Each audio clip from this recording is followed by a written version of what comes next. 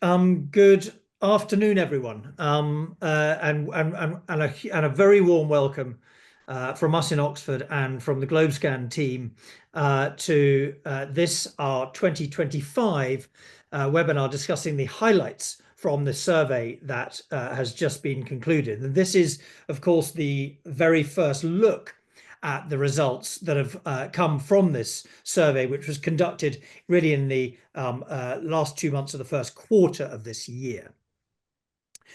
It's a very important moment for us each year, and it celebrates or at least evidences this partnership that we at Oxford have with Globescan, and we're very proud of that partnership. Globescan is, as most of you know, a leading global insights and research company, and we are really proud to be partnering with them for this deep dive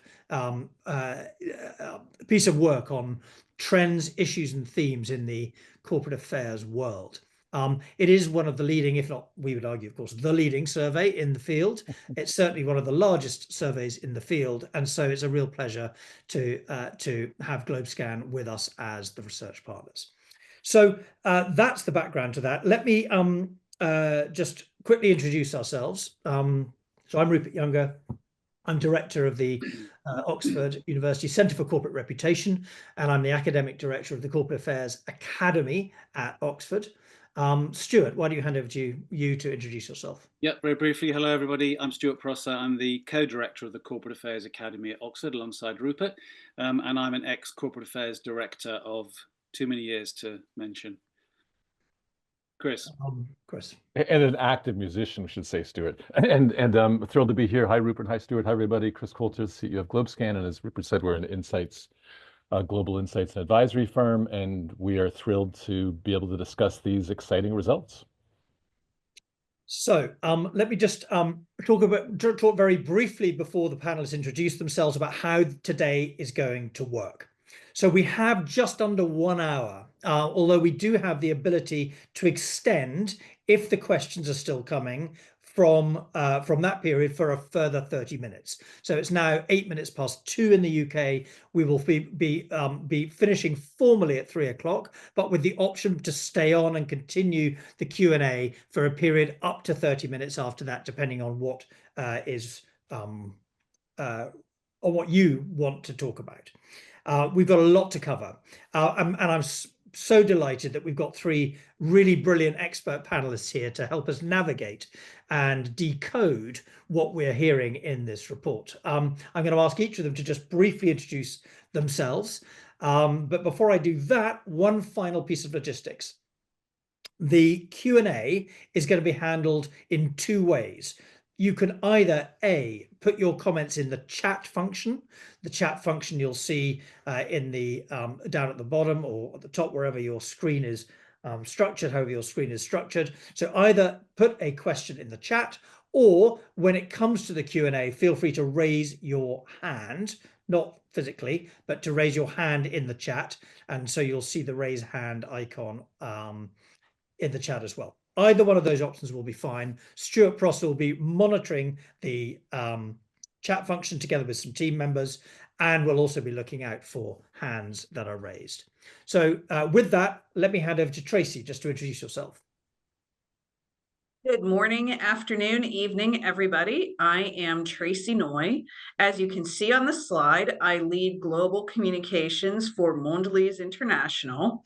What you may or may not recognize on the slide is what is behind me in that photo is a stack of Oreo cookies. Mondelez is the parent company of Oreo, Cadbury, Toblerone, and a number of other fantastic biscuit and chocolate brands around the world. I lead communications with a primary focus on the financial community and the sustainability community, so financial and non-financial reporting at the global level. And I must say, I met Chris Coulter with Globescan a number of years ago when I worked in a more sustainability-facing role in pharma. So it's been really interesting watching the evolution of where corporate affairs and sustainability come together in companies, and really looking forward to that discussion today. Thank you, Tracy. Chachi. Thank you so much. My name is Nonja Jambo Petros. Just to be kind, I'm allowing my co-panelists today to use my short name, which is Njaki, but I believe that is also a bit of a tongue twister, but we'll see how it goes. I'm very privileged to be here today and to discuss the findings of this study. Really very fascinating insights that are contained there. I currently work for Nedbank Group in South Africa, based in Johannesburg. I've actually just recently joined Nedbank. This is my 3rd month, but I have spent quite a lot of time in public affairs within the financial services sector, as well as in chemistry. It's been very fascinating to see the evolution of the corporate affairs function, you know, from one that really just only looked at public relations, but to be being a lot more strategic to organizations and to tackling broader challenges that face organizations. So I'm delighted to be here today and looking forward to sharing some of my insights. Thank you. Hi, good morning, afternoon or evening. I understand there's a Globescan, so I assume people have joined this webinar from around the world. It's really nice, and thanks to Chris for inviting me to this panel. I'm the Chief Corporate Affairs and Communications Officer for Flora Food Group. I always say we are the biggest company you haven't heard of, but there's a really good chance you have one of our brands in your refrigerator. Depends on which country in the world you are at. If you're in the United States, like I think Tracy is at the moment, it could be Country Crock or I Can't Believe It's Not Butter. If it's South Africa, where Nyati is, then it's Flora. If you're in Germany, it's Rama. In the Netherlands, Kenya or Indonesia, Blue Band. And we have a whole list of iconic brands in all 115 countries we are active in. We're a branded food company, so we have a lot of brands in all these countries in 4 categories: spreads, creams, culinary, so all the things you use for cooking, and cheese with our global brand, Violife. And I look forward to the discussion. Great, thank you to all the panelists. So now we're going to have 15 minutes of the summary insights of what we think are some of the key findings from Chris, and then we will come back and I will again prompt you to think about making sure that you put questions in the chat and to raising your hand. So with that, Chris, over to you. It's all yours. Thanks so much, Rupert, and thanks everybody. Yes, we'll go through this relatively quickly, but as Rupert said, this is a bit of a top line highlights of the results of the survey, and the fuller report will be coming in the next month or so. We'll go through just the methodology briefly. We'll talk about 3 big topics, one around risks and opportunities as corporate affairs professionals are reflecting on the world out there. We'll then look at the ESG conversation and how that's shifting. And there's a typo, instead of political winders, it should be wins. But winders, maybe that's a Dutch term, Herman, we could use. And then finally, we'll look at the capacity of corporate affairs function and how that's shifting over time. Okay, so about the survey, we had 245 very senior, very experienced participants from across the world. You can see that these people have C-suite reporting or board level reporting roles. They are deeply experienced. They have different elements of the roles that they prioritize within the corporate affairs function, and they're global. So we have 44 countries represented, which is wonderful. And this is why I think this is one of the most important established pieces of research to help us guide and understand how the function is evolving. The research took place in February and March. So it's very fresh, and we're thrilled to kind of give a snapshot of where it's at. So let's look at, first of all, risk. So we asked the question, what are the biggest risks for global business over the next 2 years?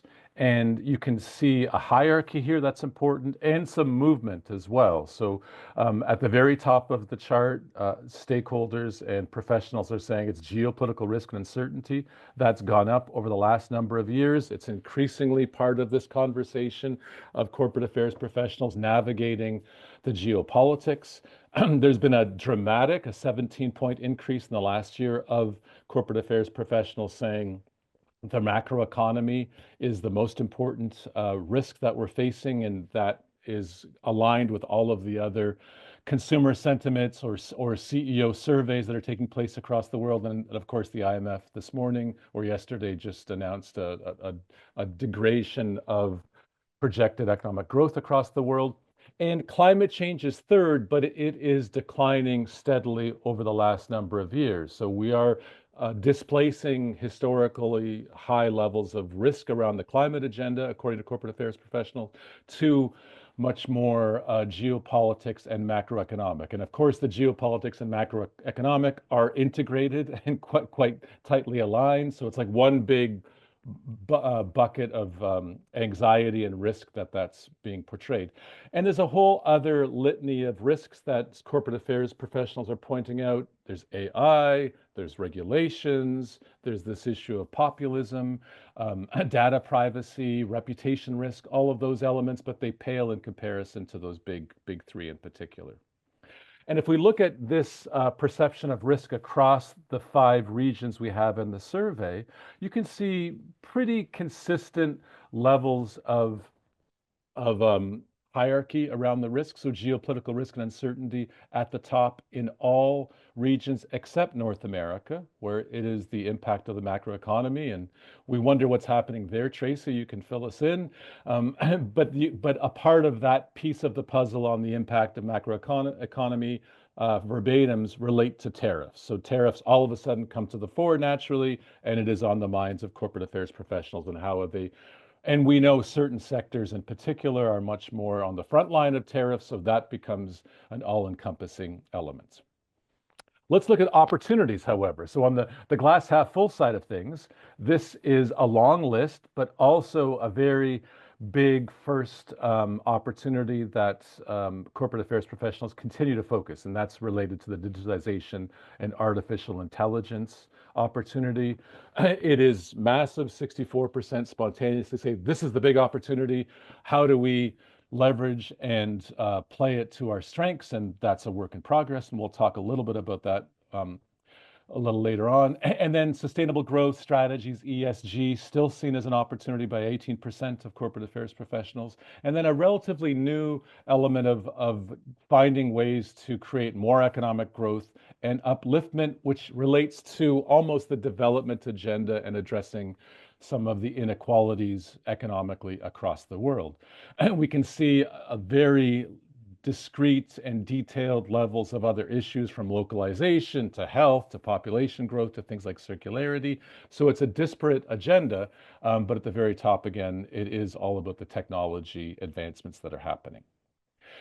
If we look at the ESG conversation very specifically, and we've done this a couple of years now in asking corporate affairs professionals to rank each of the E, S, and G elements, we can see there's been a flip where last year environment was seen as the biggest risk for companies to navigate. Now it's governance, with environment and governance basically the same, and social a little down.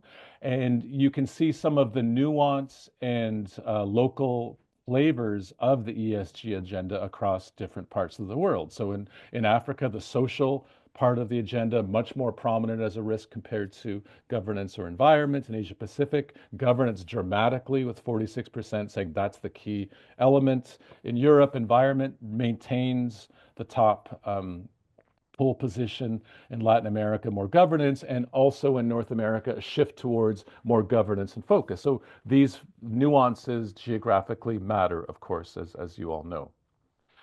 The second topic is around ESG and the changing political winds, not winders. And there's three important metrics we have that we're now tracking around how the world is seeing ESG. So first of all, we ask this question, When it comes, are you seeing resistance against ESG in your region? Is there an increase in resistance to ESG? Is there no change, or is there a decrease in resistance?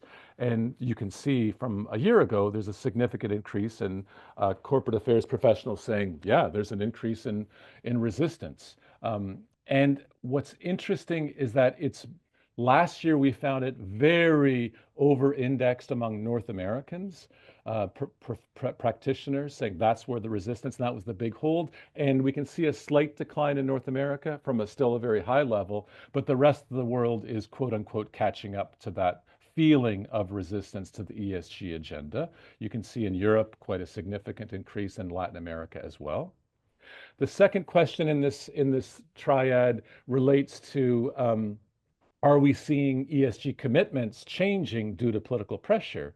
And we can see a decline in the percentage saying increased commitments, and an increase in people saying there's a reduction in commitment in ESG due to this political pressure in our company. And geographically, we're also seeing that trend that was, again, quite pronounced in North America, where last year we had 37% of North American practitioners saying, yep, reduced commitment. That's actually grown in North America, and it's grown in other jurisdictions, including in Europe. So this wave has legs. And the final piece of this puzzle is how much have communications changed in response to the existing conditions. And you can see a significant decrease in communications on ESG as a result, an increase in reduction specifically.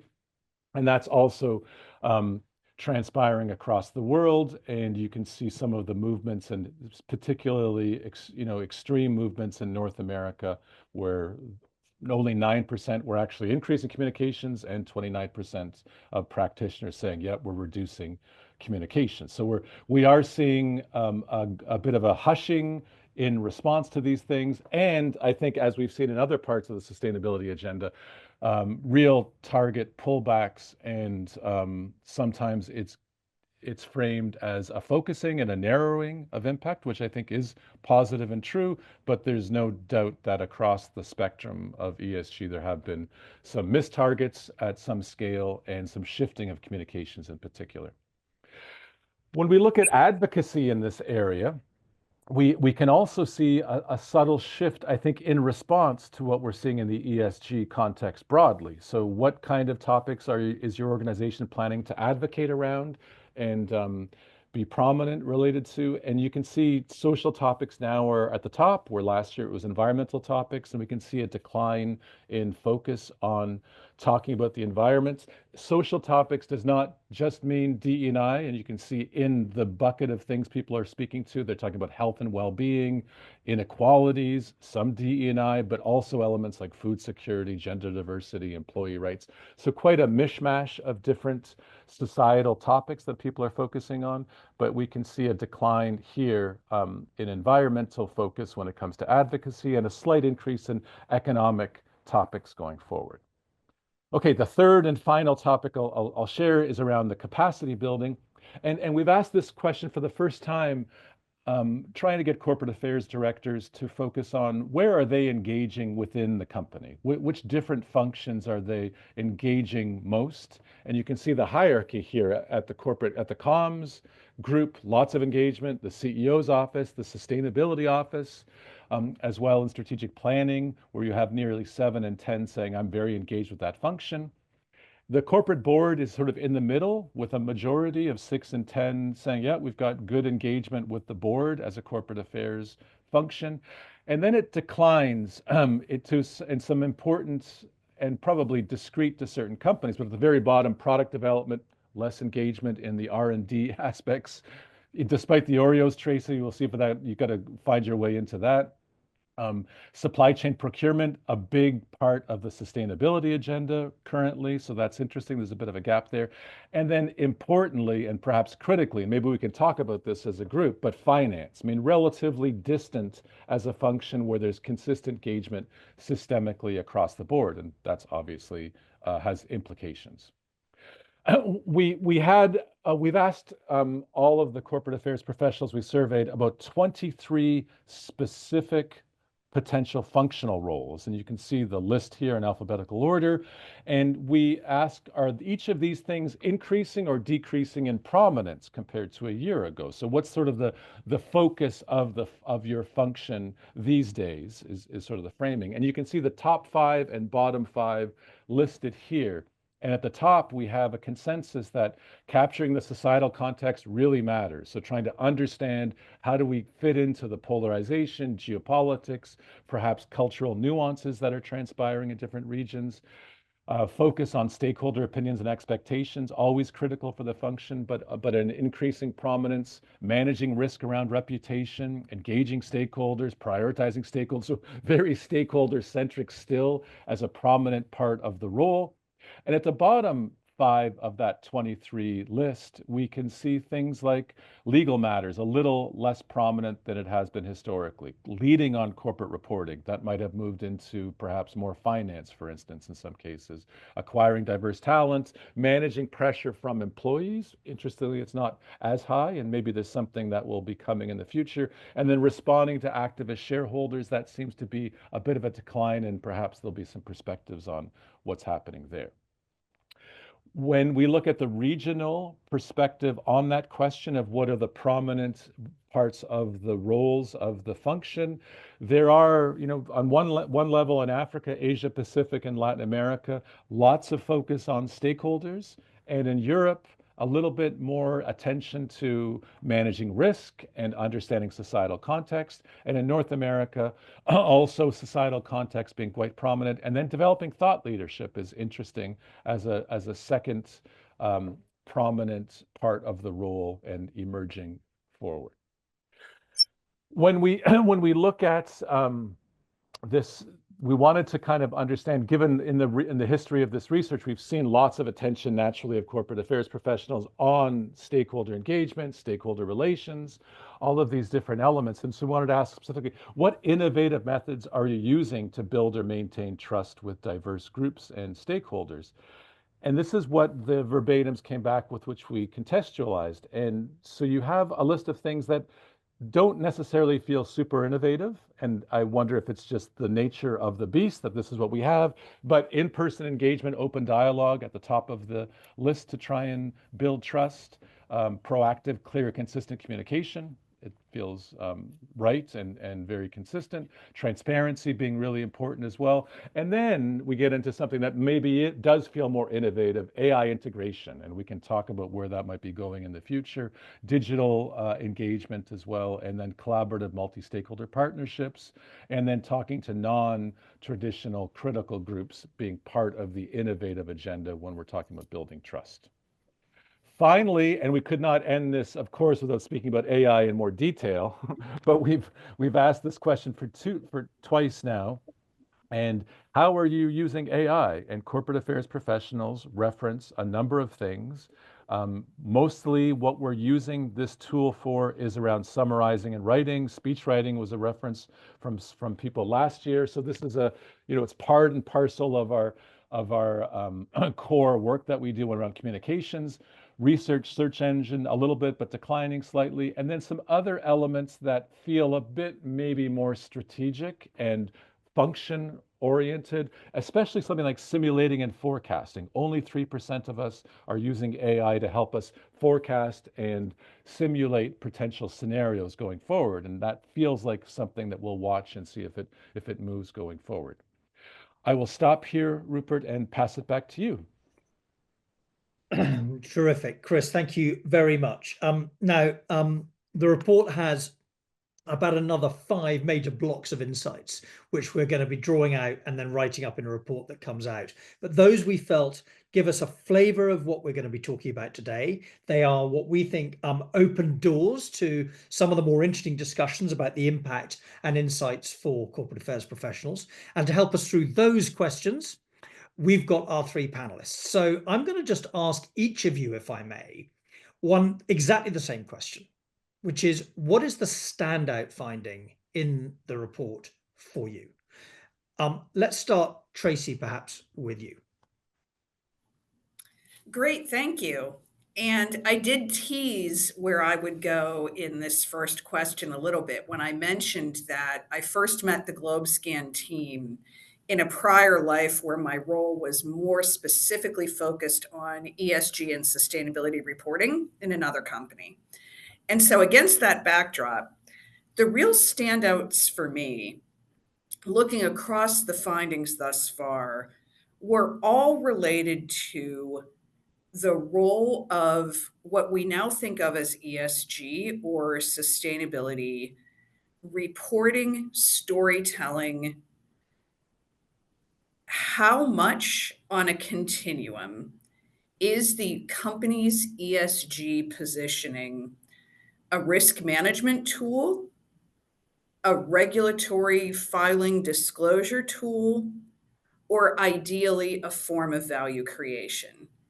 And as you look at the results of not just this survey, but the body of work that you all have been doing over a number of years, I think we've seen a lot of movement back and forth across that continuum, but we've never really landed in a perfect place. Ultimately, how do financial reporting and non-financial reporting work together to inform stakeholders about a company's position? To what extent can corporate affairs professionals like all of us on the phone really have a compelling narrative around the way that sustainability enables stronger business objectives? And ultimately, how do we all use our sustainability programs, the actual work that we're doing on the ground, to deliver results that are better for people and planet? My personal perspective on that latter part, over the course of my career, I think companies have probably spent a little too much time on the reporting piece and not enough on the ground piece.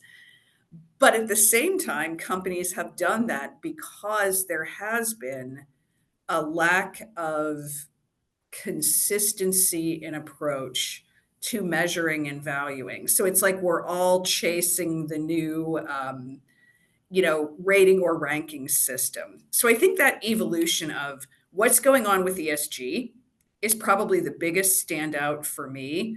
And I will just close that by saying the survey questions around, are you as a company talking more and or doing more in ESG than you used to be?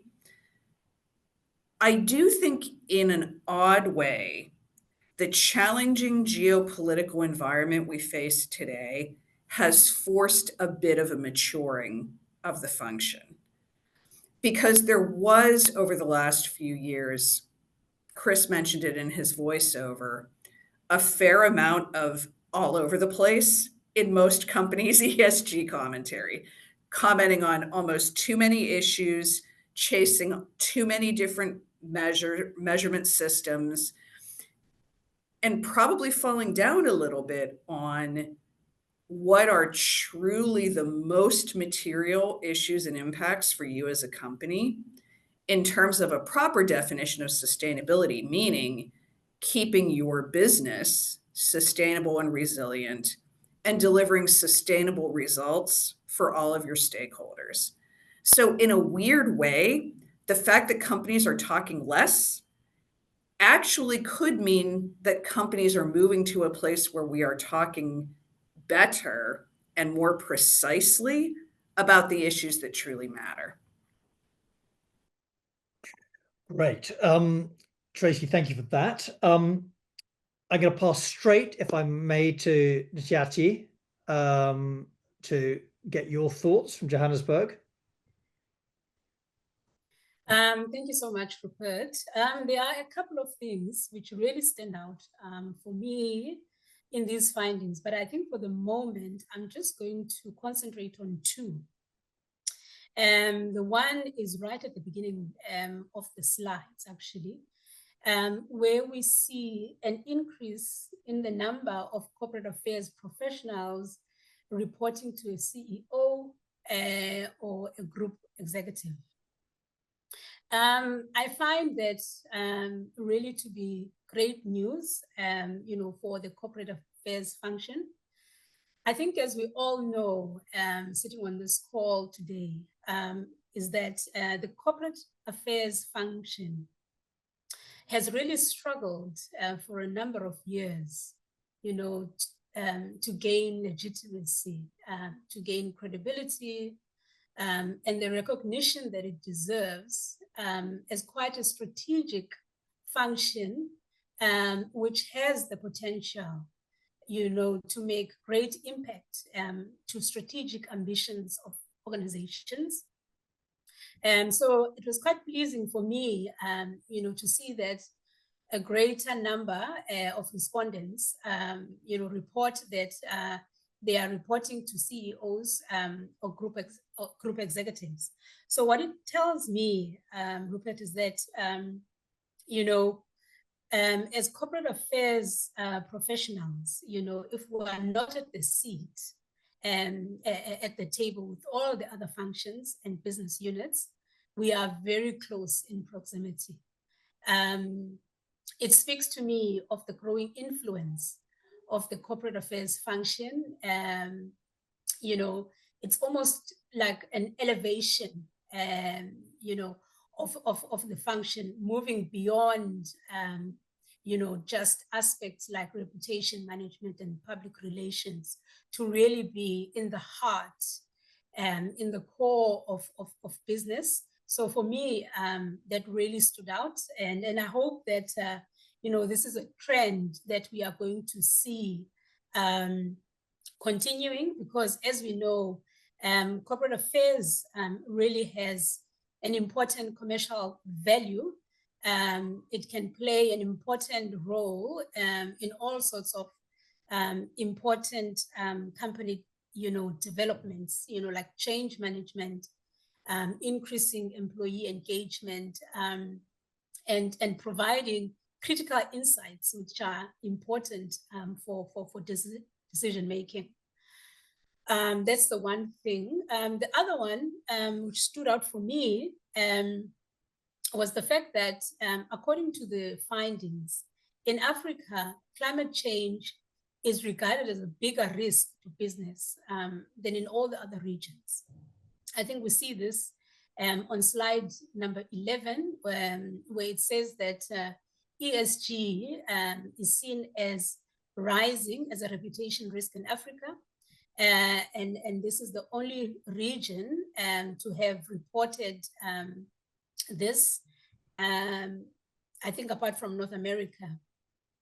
So if I look at it and try and interpret what this tells us, is that there's probably a recognition about the heightened vulnerability that the continent faces in terms of climate change compared, you know, to other parts of the world. I think there's a greater awareness of the physical risks of climate change that we have seen, you know, in several parts of the continent. I mean, we have seen drought, we have seen floods, and we have seen the devastating impact, you know, on businesses, on their employees, and on communities, on physical infrastructure. But also, you know, there are very high transition risks that we are seeing as companies beginning, you know, to decarbonize. We're talking about, you know, impacts on jobs, you know, on livelihoods. You know, so I think those are things that are really very much top of mind for corporate affairs professionals, certainly on the continent, because, you know, I think elsewhere in the study, we also saw, you know, high findings on socioeconomic impacts. And I think that's really to be expected, given the socioeconomic challenges that the continent still grapples with, you know, like unemployment, poverty, and inequality. So although those findings were really quite telling, I wasn't really surprised I must say, I think some of them are to be expected, and they are obviously featuring quite high on the agenda of companies as well, because companies don't operate in a vacuum. They operate within communities, and there's an increasing push and encouragement, for company, to distribute shared value and spread, the benefits and the profits, to people and to communities. Thank you very much. Excellent. Thank you very much. Herman. Yeah, there's always an advantage to being the last in the row, and there's of course an incredible disadvantage after two, great interventions. But let me try to capture a few points that have not been addressed yet, which I found, popping up from this survey. And I will also try to connect it to bringing me to the role of corporate affairs and communications. That's in at least my role. For the organization. I think first of all, this one, I think confirms a couple of trends that we've been seeing for quite a while. One is that, the role of corporate affairs and communication has been evolving, and I think it continues to evolve from just being a storyteller to becoming much more of a strategic compass to the organization. Right? We are able to help our brands and our business to navigate complexity, and this world is, a little bit more complex than it was 12 months ago, and I'm afraid it will be slightly more complex in 12 months from now, when hopefully we can discuss, the new results that you're going to present. But at the same time, it's also our task to make sure that our organization remains rooted in purpose, sustainability, and trust. So in essence, I think this one also confirms that corporate affairs is a bridge between what we promise as a company and how we deliver. And there should not be a big gap between the two, because if there is, then I think corporate affairs is not really doing its job. And that's why I found it quite remarkable to see how few respondents said that they are linking often with product development, because I think it's actually key to do that, because we can help with, for instance, building this trust, and also make sure that what the brands do reflects what is required from society. At the same time, I think this one also confirms that our roles, right, apart from just being evolving from storyteller to a strategic compass, it also evolves in other ways. For instance, right, capturing the social context of doing business. It's way more prominent than a couple of years ago in this research, and it means that stakeholder mapping, stakeholder engagement, reputation risk management are really now at the core of the function, which means that we're moving away from being a communicator to more or less an integrator of trust. And I want to take this even one step further, because I also, by the way, believe all good things come in three. So I'll try to bring it down to three specific points. But I think the essence of corporate affairs is that more slowly but surely, we're becoming more or less like a strategic nerve center to companies, helping on sustainability positioning, geopolitical navigation, right? Our job is not just to communicate. Our job is not to, inform, but our job is basically to, and here to come to 3 points, it's anticipate, advise, and adapt. And I think that's the key role of corporate affairs. And if I look at this research and the results it brings, it kind of confirms this idea. Let me stop there. Right. Well, I love that. Anticipate, advise, and adapt. That's something we can remember. Look, there's lots to dig into here. I've got a question that relates to what I took out of this.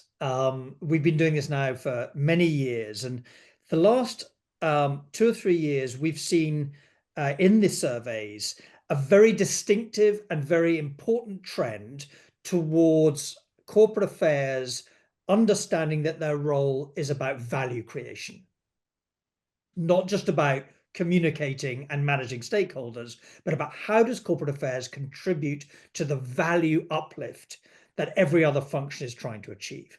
And that's been a consistent theme in the last few years. What I think is remarkable and very stark in this particular survey is that that has been superseded by this overwhelming need to decode a fast changing geopolitical and macroeconomic environment.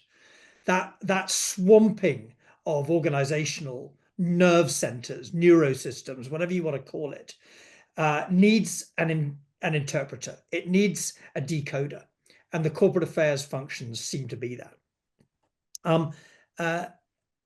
Does that resonate with you? And I guess my supplementary question to that is, if that does resonate with you, does that mean that corporate affairs professionals, and you three in particular, have to think much more actively about not just playing up to that decoding role, but about continuing to link that back into the value creation at the heart of business?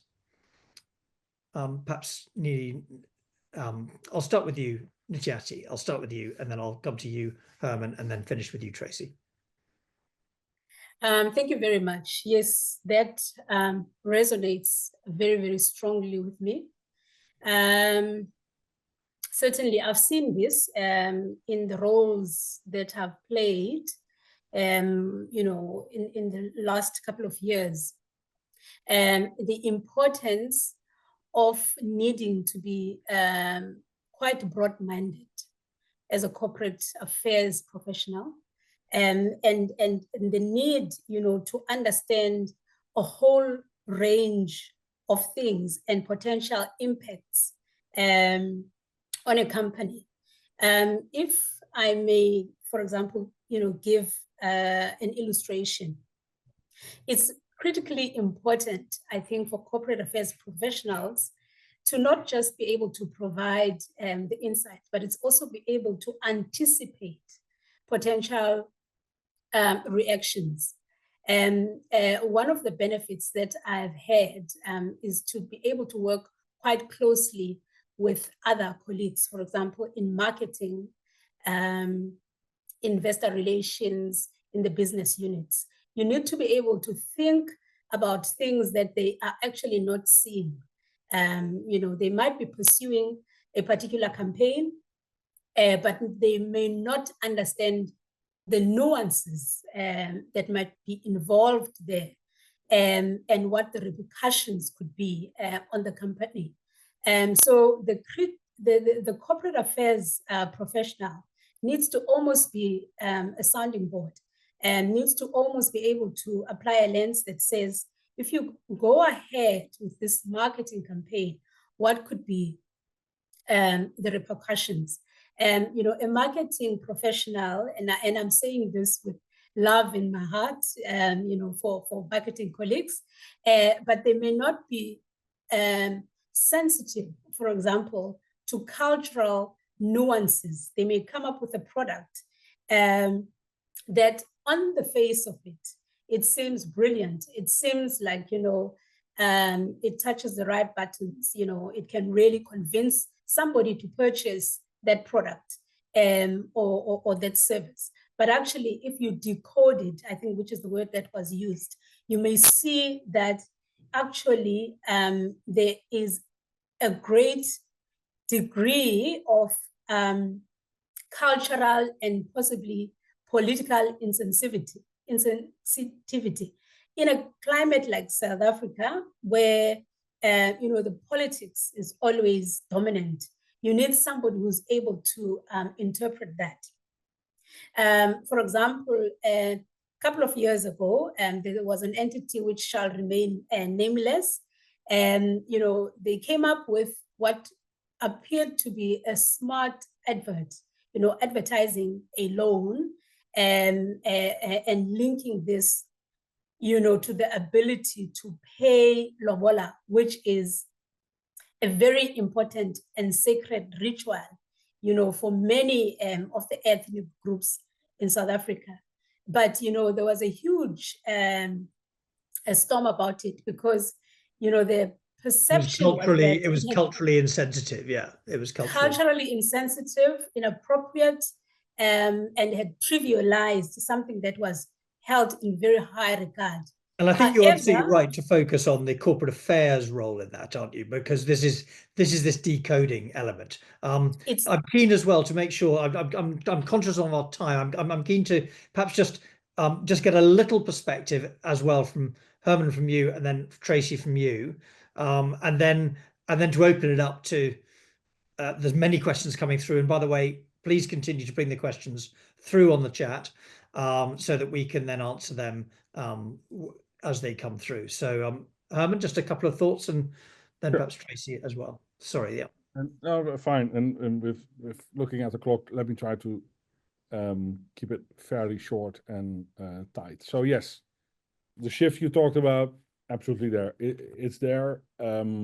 We are indeed now seen as a value creating function. And I think, by the way, all functions in a company should be value creating. I mean, there are a few that you need as an insurance, but you know, and maybe corporate affairs was seen as insurance in the past, but we're definitely about value creation, especially when you link it to, you know, the resilience of our business and our brands and the strategic foresight, right? We are able, because of where we stand with stakeholder engagement, for instance, to synchronize thoughts with others and kind of try to make sense of this whole world. But I think the survey itself also kind of confirms all this. If 82% of those surveyed say that capturing the social context is more prominent than 3 years ago, that's decoding right there in action, right? If you see the rise in the impact of macro economy on business, jumping, I think it was 17 percentage points in 1 year, that means that, you know, we are as a function expected to understand and interpret those signals. And then if you see the list of, right, the functions that we engage with the most, strategic planning, risk, CEO office, it also means that, you know, we are as a function shifting from output, right, communicating, to offering insight. That means that, you know, as I was to my previous point, we are not storytellers anymore. We're much more strategic interpreters. And I think you will find in the years ahead that this will only increase, because as the world becomes more and more complex, it will be virtually impossible for individual brands or business units to make sense of it all. That's why you need a strong, you know, corporate affairs function globally. And I know we are seen as overheads, and overheads per definition bad, but you know, I'm willing to make the case, both internally and externally, that every country, for every company that is serious about being socially relevant and having resilience going forward, needs a very strong corporate affairs function. Perfect. Thank you, Herman. Tracy? Fully agree with the context framed by my two co-panelists and yourself, Rupert. And I will just add, you know, there's an old saying of never let a good crisis go to waste. Given the urgency of many of those geopolitical issues and social context issues that we saw in the survey, I do think we as corporate affairs professionals have a real opportunity to play that anticipatory and internal alignment role to drive a, you know, crisis response type of modality. And what I mean by that is, you know, all of us who were trained as communications professionals went through stages in our career where, you know, day-to-day crisis comm, fielding negative media inquiries, things like that was a big part of our jobs.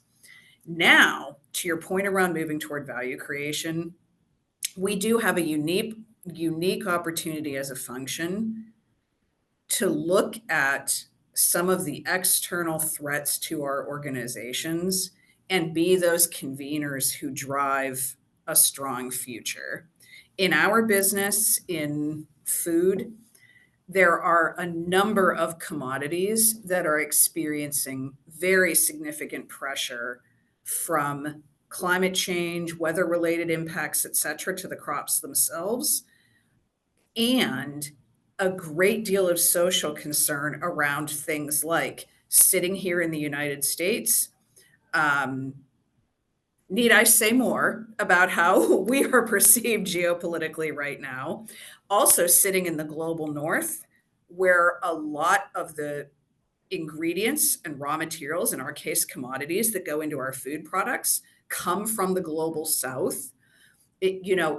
Our opportunity as corporate affairs professionals is identifying those challenges and saying, okay, if we want to keep making, in our case, these great tasting snack products, that's our core business.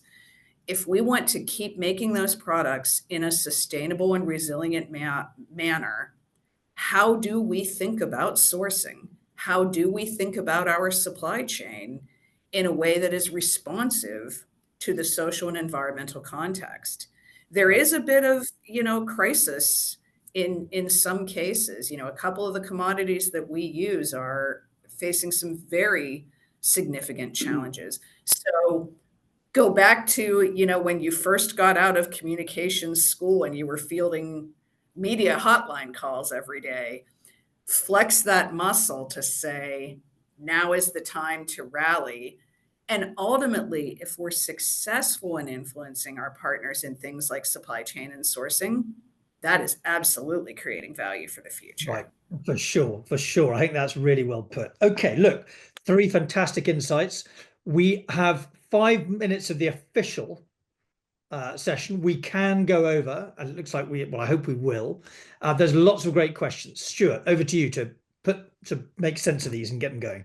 Yep, well, not trying to make sense of these. Our panelists can make sense of these, but I'm going to throw them at them. In fact, sticking with what Tracy was just talking about, a question, one in from Kathy Zenovich and also from Nakeem Bey, that are aligned in the same area on ESG. And historically, you could argue that a lot of the communications activities around ESG has been driven by ratings agencies and what they expect to see. So it's a 2-part question. One is there a way of influencing the way that ratings agencies look at sustainability, particularly in ESG, to make it more relevant? And Nakeem's tie to that question is, how does that perhaps work in helping us align the sort of financial performance element of our corporate masters, if you like, in that regard? So maybe Tracy, you could kick us off on that, if that is something you feel comfortable covering. Sure, happy to start. Thank you. Sitting in the US, where our capital markets out of New York tend to think of themselves as pace setters for the rest of the world, some of the work on sustainability ratings and rankings is honestly being done for us, not by us as industry. Given the geopolitical climate, and more specifically the political climate in the US, most of the major investment bank or financial analyst driven raters and rankers that screen in and out ESG funds or have a stack ranked listing of how sustainable are companies and so forth, most of those, quite bluntly, are scaling back or self-censoring in light of the political environment here. We can have a whole separate webinar as to whether that is good or bad for society. But realistically, the chasing points on a number of these raters and rankers that are backed by Wall Street is kind of solving itself, because they're even scaling back their own efforts, changing their names. I can remember when Dow Jones Sustainability Index was first launched. Now, S&P has dropped the word sustainability from the name of that product. It's the S&P, I forget the exact name of it, but something to the effect of S&P Best in Class. They've even dropped the word sustainability. So that piece is solving itself. Where I do think we absolutely have an opportunity as companies is being thoughtful and proactive in declaring what we truly believe to be material and how we best should be measured against where the business risks and opportunities for our companies in terms of our own resiliency and sustainability come together with broader environmental or social risks and opportunities. We know we can't solve everything, but I think all of us as companies know there are places where we have a very important role to play, where people and planet come together, and being just much more proactive about what are those and how should they be measured. And I'll give you one very specific example for our business, and that is, I mentioned earlier, our portfolio is snacking. It's primarily chocolate, biscuits, and baked snacks. Within that framework, as a company, we absolutely need to be proactive in helping people understand these are indulgent products, these are treats. How can they think about those products in a way that promotes mindful eating, healthy portions, active lifestyles? We don't think we should be rated and ranked against center of the plate, everyday meals. That's not where we play. But that doesn't mean we don't have a role to play in helping people understand how to use our products in a thoughtful way. Thank you very much indeed. And in fact, what I'd like to do is bring Herman in on that point, because we've had a couple of other questions, Ray Farrelly, Rod Cartwright, in terms of, we mentioned in the research that corporate affairs is now using some of these issues to gain traction, if you like, in board discussions. And I wanted to ask Herman, as what Tracy just described in your industry, which is a similar industry, is that something that brings to life that question about how issues like these are bringing corporate affairs into boardroom discussions, and therefore shining a light on the professionalism and the engagement that we're seeing at a more senior level? Is that something you are seeing as well? Yes, absolutely. I want to go one point back to the previous question, make a bridge with this one, if I may. Please, yeah. Sustainability ratings. Yes, corporate affairs can and should play a much more proactive role here, but at the same time, a lot of the ratings out there, and there are like 1,800 different ones in the world, which really does not make our life easy. Many of them reward form over substance, and that ultimately hinders, right, the true impact of such ratings. Because what they should actually do is not only provide investors with a insight about risk they're going to take in terms of sustainability investing, it should also lead to certain amount of changes. And for Europe in particular, where we had the CSRD, which is a book of 800 pages, most of them tick the box exercise. And it's great that, European Commission finally came to their senses a few weeks ago and, has mitigated the impact somewhat. However, it still puts an immense amount of burden on companies, our departments also, a lot of it for tick the box things, which is really not where we want to be, because we need to play the strategic part. So yes, we are, as a function, much more and more often invited to board of director discussions, right? I mean, we are already at the table in the executive leadership meetings, but the non-executive board meetings, we're also being invited. Why? Because first of all, I think our board recognizes, right, that the world has changed, and actually we can provide that strategic insight, what you need. And at the same time, there also are business opportunities that can be driven from it, which we also increasingly see in these conversations. Because, as Tracy was saying, never waste a good crisis. Same goes for us. So we also use these things to improve ourselves, our offerings, our products, our brands, instead of just doing it the old-fashioned way with some marketing exercises. And one final note on what Tracy said about, your product being rated as part of, let's say, an essential, like daily food, and yes, your products are for indulgent. We have the same problem, right? Our products, which are ingredients, essentially, because most of our products are used to make something, a meal or a dish or anything like else. Like, I always make the example, so you can buy, you can go to Costco and you can buy like a 60-pound tub of Country Crock, which is a great value product for millions of families around. But there's no one in the world who goes at night, sits in front of the TV, watches a Netflix movie, and then empties this whole tub of Country Crock. That's not our product. But in some of these sustainability ratings, we are being rated as is. And we are not Ben & Jerry's, right? We are an ingredient company. And the irony is that in some of these ratings, if you use our product to make an apple pie, suddenly the apple pie itself, which by the way is then loaded with sugar and all kinds of other stuff, is seen as less harmful. So not all these systems also make sense. And that's why I think for corporate affairs, we also have an obligation to work together as an industry and be much more proactive to authorities when they are discussing these sustainability ratings, benchmarks, or what you name it.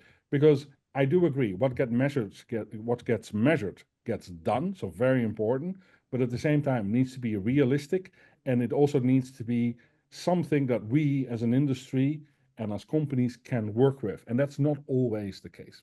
Let me stop there because I know we're running out of time. Oh, that's fine. Thank you very much indeed.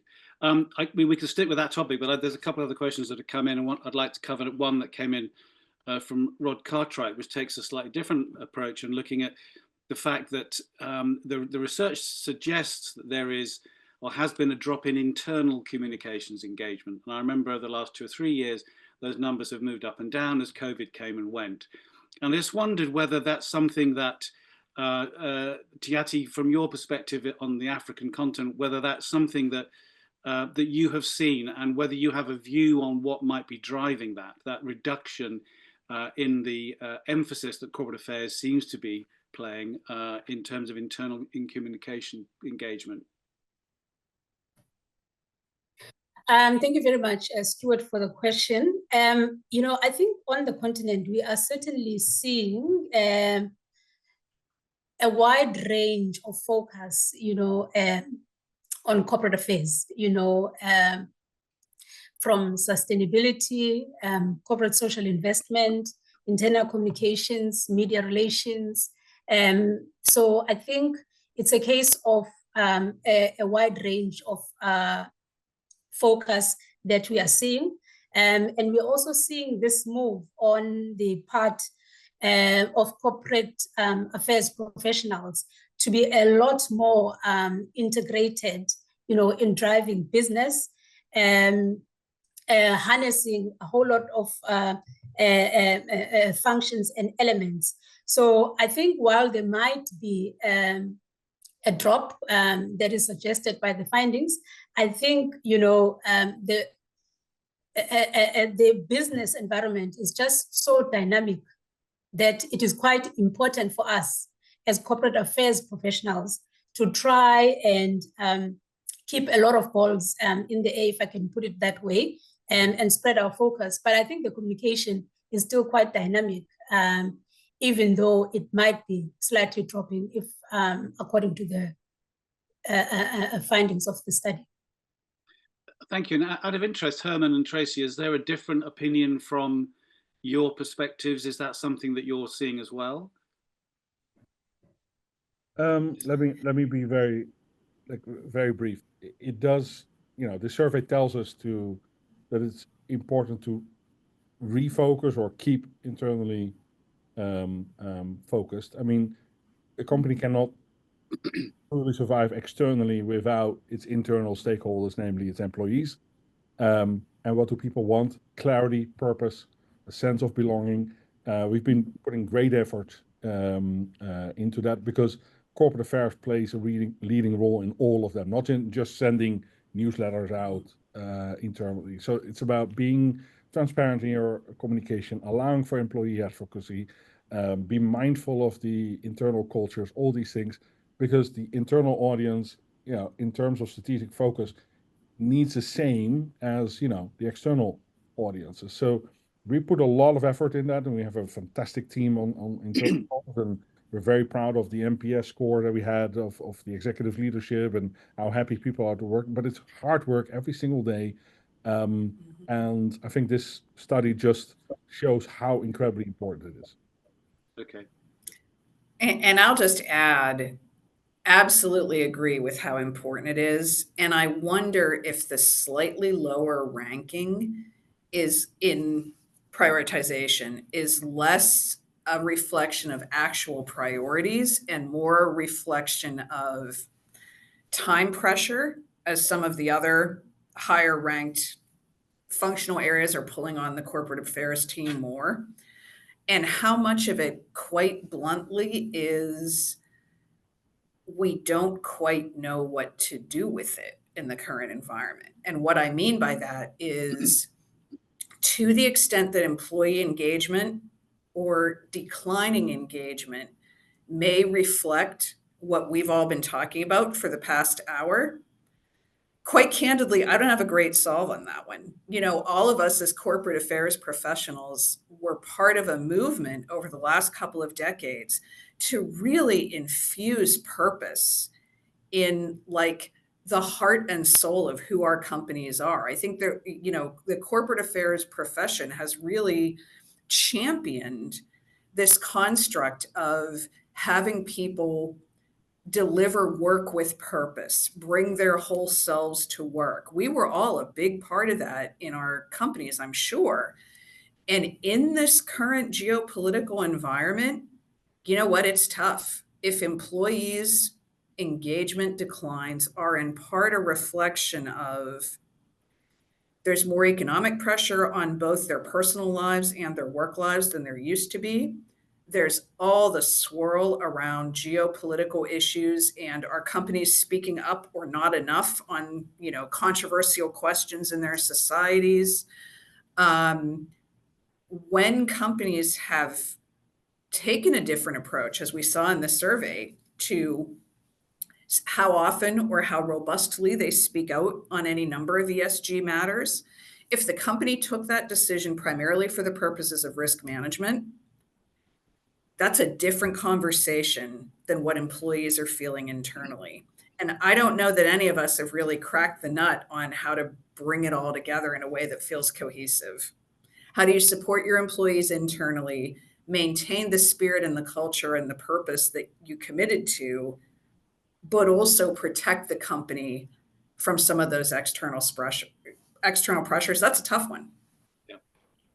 And in many ways, what you just said there about bringing in or thinking about it as a cross-industry aspect brings in a question that Derek Yatch poses, which is, if bearing in mind the geopolitical risks are the most important in this year's survey yet again, what role do we as corporate affairs leaders have as a group, as a cross-industry robustness, if you like? How do we, as corporate affairs practitioners, come together to perhaps even start to challenge some of the negative policies that are coming our way? How do we act as a group rather than as individual companies? Is that something that the three of you are seeing or beginning to see happen in response to what's been going on recently, or is it too soon to expect that?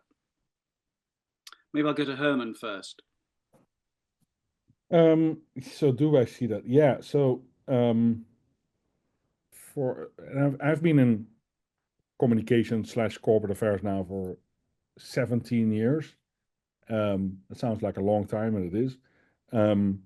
But I find myself pretty much in some uncharted waters, and I think with me, plenty of others, in particular in the United States, where you have an administration, many of those who have been appointed to key functions have no prior ties to Washington, D.C., so not part of the, let's say, established network, which makes it incredibly hard for the corporate affairs people on the ground to make connections. Not that the administration, by the way, doesn't engage or listen to business. They do, but it's very different if someone who has a background as an M&A lawyer is suddenly at a key position at the FDA. That is, for us, uncharted territory, and it makes it difficult to navigate. I mean, the conversations I've had in Washington, D.C. and with plenty of others were all about trying to make sense of it, and I think everyone is still trying to make sense of it.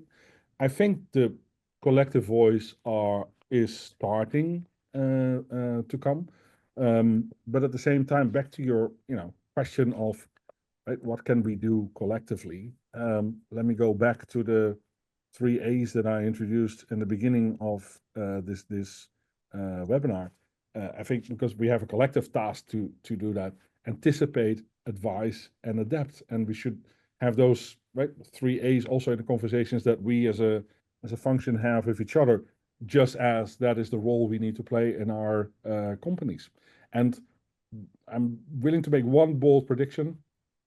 I think you will start seeing much more collaborative cross-supply chain advocacy. Because if you look at a lot of developments that are taking place, especially around tariffs, it is not just that of the consumer branded companies, it's not just the farmer. We're all in the same boat. And also there, I think we have some uncharted territory because we're not used to that. We are used to either use our own comfortable trade association or our company lobbying network.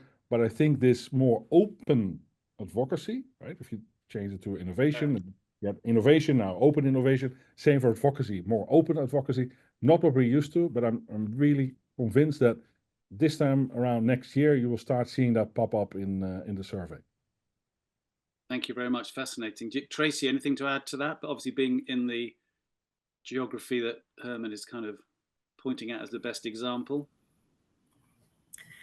Yeah, I think the reference to that Herman just made to the different backgrounds and construct of a number of members of this administration is important. It is not the same Washington. The level of sort of background expertise and comfort in navigating not only the levers of government, but also the levers of industry, and ideally where government, industry, and civil society all come together. Working in that environment, this administration has a lot of folks that's not how they grew up in their professional careers. And so just understanding who to ask and where to go, I think is still a work in progress for a lot of companies and a lot of different constituencies who are aiming to shape policy. As Herman said, the direct and indirect sort of concentric circles of how different businesses work together and how they impact jobs, taxes, the way that we impact society. I do think there is an opportunity for a new way of thinking broader and more collectively in our business in food. Obviously, it's, the farmers, the distributors, the transporters. It's not just all of us in packaged and processed foods. It's also the retailers. Thinking more collectively and broadly, I do think we have an opportunity. And at the same time, figuring out where that collective story goes, what channels are available to us to have that conversation. It's definitely a different navigation than what most of us grew up with. Thank you. Fascinating. And in fact, one of the things that the survey reflected was, of course, a move arguably back to what we might think of as basics.